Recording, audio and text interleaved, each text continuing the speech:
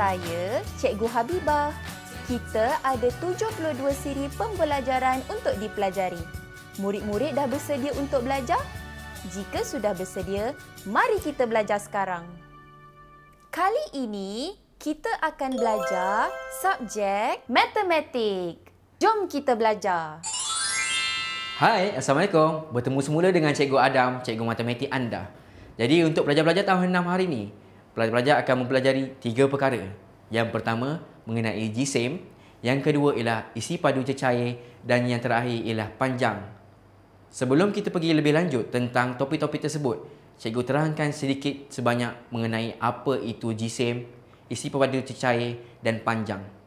Apa itu jisim? Jisim dalam bahasa mudahnya ialah berat atau ringan sesuatu barang atau objek tersebut. Yang kedua, isi padu cecair. Isi padu cecair ialah bagaimana kita nak mengukur sama ada ianya banyak atau sedikit pada cecair tersebut. Dan yang seterusnya ialah panjang, sama ada ia terlalu panjang ataupun terlalu pendek. Kita pergi kepada topik jisim dahulu. Untuk jisim, dia melibatkan 2 unit pengukuran, iaitu K untuk kilogram dan G untuk gram. Jadi sebelum tu cikgu terangkan satu formula asas bagaimana menukarkan 1 kilogram kepada gram. 1 kilogram bersamaan dengan 1000 gram. Jadi apa perbezaan antara kilogram dan gram?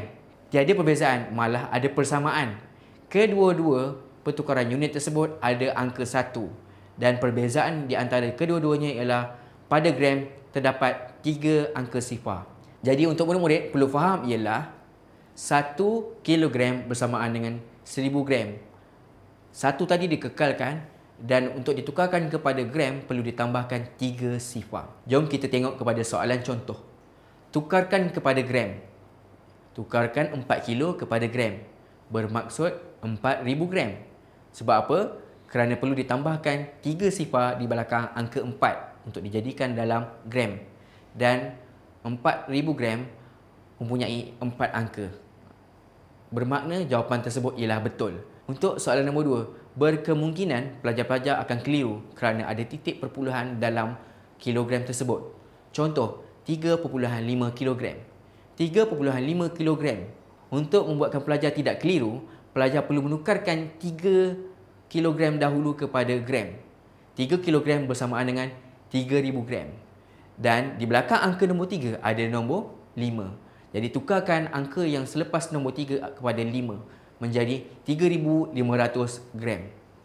Okey, cikgu akan berikan lagi beberapa contoh bagaimana nak menukarkan kilogram kepada gram.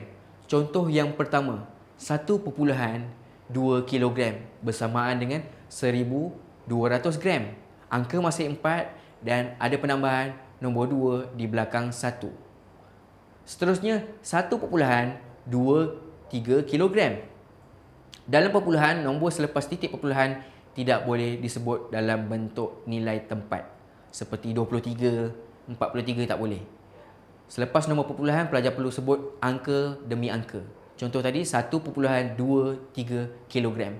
1.23 kilogram bersamaan dengan 1230 gram. Angka masih lagi 4 dan ada penambahan nombor 3 di belakang nombor 2. Seterusnya 1.234 kilogram bersamaan dengan 1234 gram dan angka masih lagi kekal 4 dan ada penambahan nombor 4 di belakang nombor 3. Itu adalah jisim. Jisim ialah mengenai berat atau ringan sesuatu barang atau objek tersebut. Jom kita pergi topik yang seterusnya, iaitu topik isi padu cecair. Untuk isi padu cecair, bagaimana kita untuk menyukat sama ada banyak atau sedikit sesuatu cecair tersebut. Jadi cikgu berikan satu teko air dan beberapa bentuk cawan untuk pelajar nilai antara satu teko dengan satu cawan manakah yang lebih banyak cecairnya. Jadi pelajar-pelajar akan menjawab yang di dalam teko lebih banyak berbanding cawan, kerana cawan mempunyai kuantiti yang lebih sedikit berbanding dalam teko.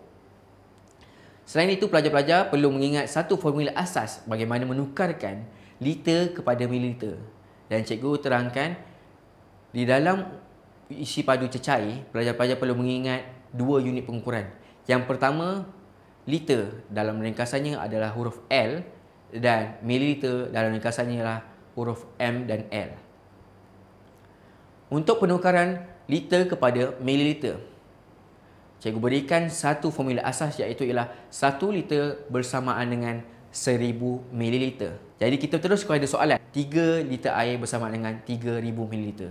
Dan pelajar-pelajar akan keliru juga apabila soalan-soalan berkenaan dengan unit pengukuran, pelajar-pelajar diberikan soalan yang mempunyai titik perpuluhan.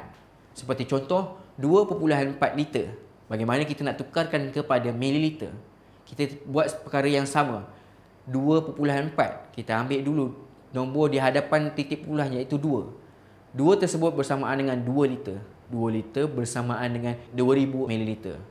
Jika angkanya 2.4 liter bermakna 2400 mililiter. Cikgu berikan lagi 4 contoh bagaimana mengenal pasti kedudukan menulis liter ditukarkan kepada mililiter. Seterusnya, kita pergi kepada panjang. Panjang terbahagi kepada 3 kategori. Sama ada ukuran yang terlampau panjang, sederhana ataupun pendek. Kita pergi kepada pengukuran yang paling panjang iaitu kilometer dan meter. Apa dia kilometer? Kilometer adalah satu jarak daripada satu tempat ke satu tempat yang lain. Dan meter perkara yang sama, cuma jaraknya adalah sedikit lebih kurang daripada kilometer. Untuk pengenalan kepada panjang, kilometer dan meter, pelajar-pelajar perlu mengenal pasti satu formula asas dalam penukaran unit antara kilometer kepada meter. 1 kilometer bersamaan dengan 1000 meter. Di sana ada persamaan antara angka 1 dengan 1 dan di kawasan meter mempunyai 3 lagi angka tambahan iaitu sifar. Sifar tersebut ada 3 angka. Di sana 1 kilometer bersamaan dengan 1000 meter. Kita terus kepada soalan. Apakah nilaian 12 km? Untuk 12 km, angka yang sama kita perlu tukarkan kepada meter iaitu ialah 12,000 meter. Ada penambahan satu angka kerana 1 km tidak sama dengan 12 km. Cikgu berikan lagi contoh-contoh bagaimana untuk menukarkan unit pengukuran panjang dalam kilometer kepada meter. Seterusnya, kita pergi kepada topik panjang, meter dan sentimeter. Apa formula yang pelajar perlu hafal ialah 1 meter bersamaan dengan 100 cm. Sama seperti apa yang murid-murid buat semasa PKP. Penjarakan 1 meter bersamaan dengan 100 cm. Dan di sini ada persamaan lagi di antara kedua-dua nombor yang perlu ditukarkan tadi. Antara 1 meter kepada sentimeter. Angka yang sama dikekalkan adalah angka 1 dan ada penambahan 2 angka di kawasan sentimeter iaitu angka sifar. Di sini kita kenal pasti penukaran unit pengukuran tersebut melibatkan 3 angka di kawasan sentimeter dan 1 angka di kawasan meter. Okey murid, kita terus kepada topik seterusnya. Untuk panjang kali ini, pelajar-pelajar akan melibatkan 2 unit pengukuran iaitu sentimeter dan milimeter. Sentimeter dalam ringkasannya adalah cm dan milimeter dalam ringkasannya adalah mm. Untuk formula asasnya, 1 cm bersamaan dengan 10 mm. Di dalam kedua-dua pertukaran unit mempunyai nombor yang sama dikongsi iaitu angka 1 dan ada penambahan satu lagi angka iaitu angka sifar di kawasan milimeter. Sekian saja untuk video kali ini. Bertemu lagi dengan Cikgu Adam dalam video akan datang dalam topik-topik matematik yang menarik. Sekian, terima kasih. Assalamualaikum warahmatullahi wabarakatuh.